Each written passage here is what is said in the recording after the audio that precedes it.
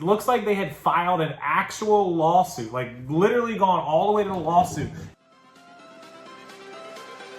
Everything changes.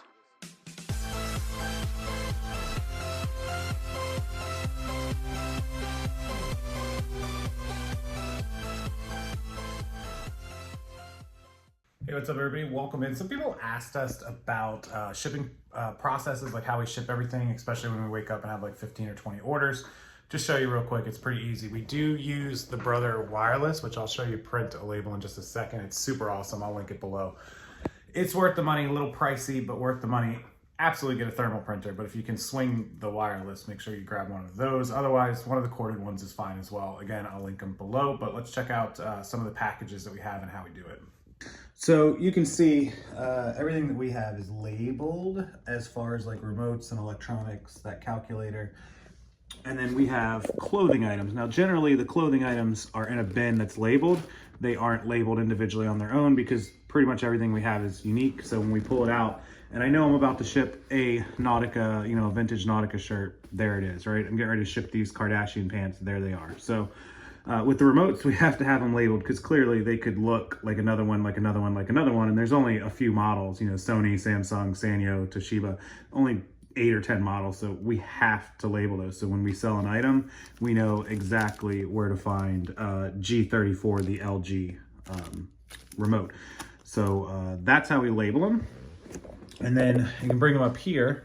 I pull out enough padded mailers. We ship with these padded mailers. These came from eBay. Obviously, I use my shipping supply coupon, which they're expiring, guys. Make sure you use those. I'll link it below as well before fourth quarter. But use poly mailers for the clothing. And then anytime I sell an electronic thing, I will wrap it up. So I have a remote right now. So you'll just wrap the remote in bubble wrap. I've got the padded. Some of you pre-weigh your stuff. We don't care because we do free shipping. We know how much to add into the price. So when I ship it out, I have to ship it. It's 3.8 ounces with the packaging. So this will be a 4-ounce package. And then I'll come over to the computer and I'll pop up the label and then I'll print it and I'll show you how it comes out of the Brother in just a second.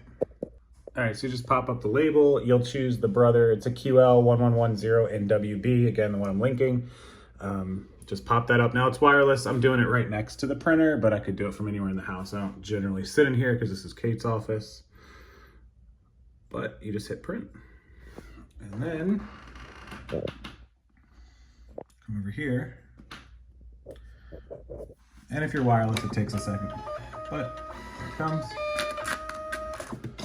And it cuts it, and you're all set. Now you can do that in bulk too. I've seen some people do it where they just keep coming out continuously. I don't do that. We do them one at a time. But there you go. That's it. All right, so now that you got to see a little bit of my shipping, I want to share an interesting story from you guys as a follow-up to a video that I made Friday about lawsuits and Vero products and different things that you can and can't sell. And yeah, today's Monday, September 13th, so I want to go ahead and do that video right now. So if you know, a couple days ago I made a video on Vero items you cannot sell, and I was able to update that for 2021. I did leave a few off that a few of you reminded me of, so thank you for that. But one of the items was So Clean CPAP items from the company. They're called So Clean. They make CPAP machines and accessories and whatnot.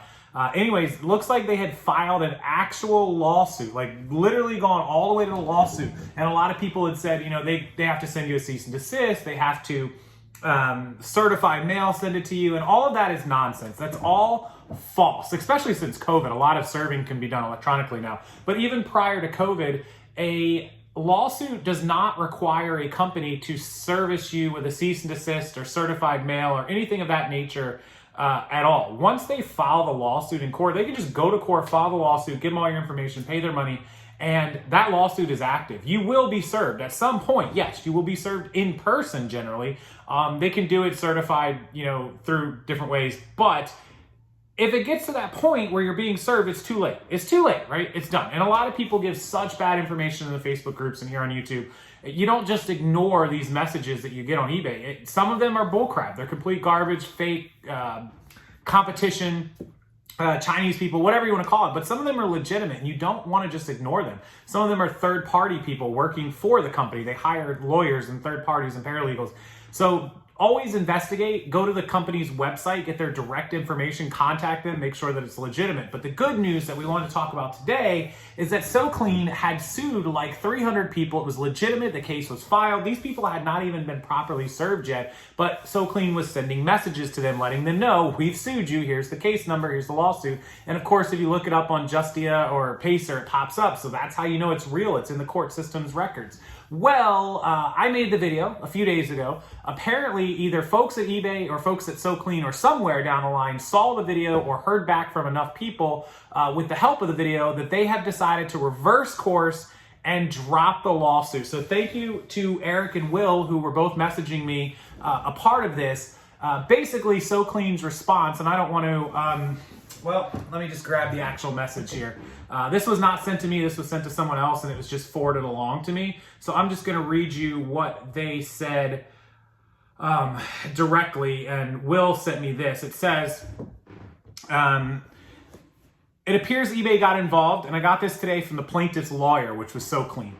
We have received information from third-party sources indicating that certain named defendants in this proceeding sold fewer than 10 infringing items and are not likely foreign sellers or connected directly with a foreign seller. So SoClean is still claiming that these items are inauthentic, that they're infringing, that they're fake. They don't even know. They're just guessing at this point, right? They know there's people selling fake, and out of 300, let's say 10%, 30 people are selling fake items.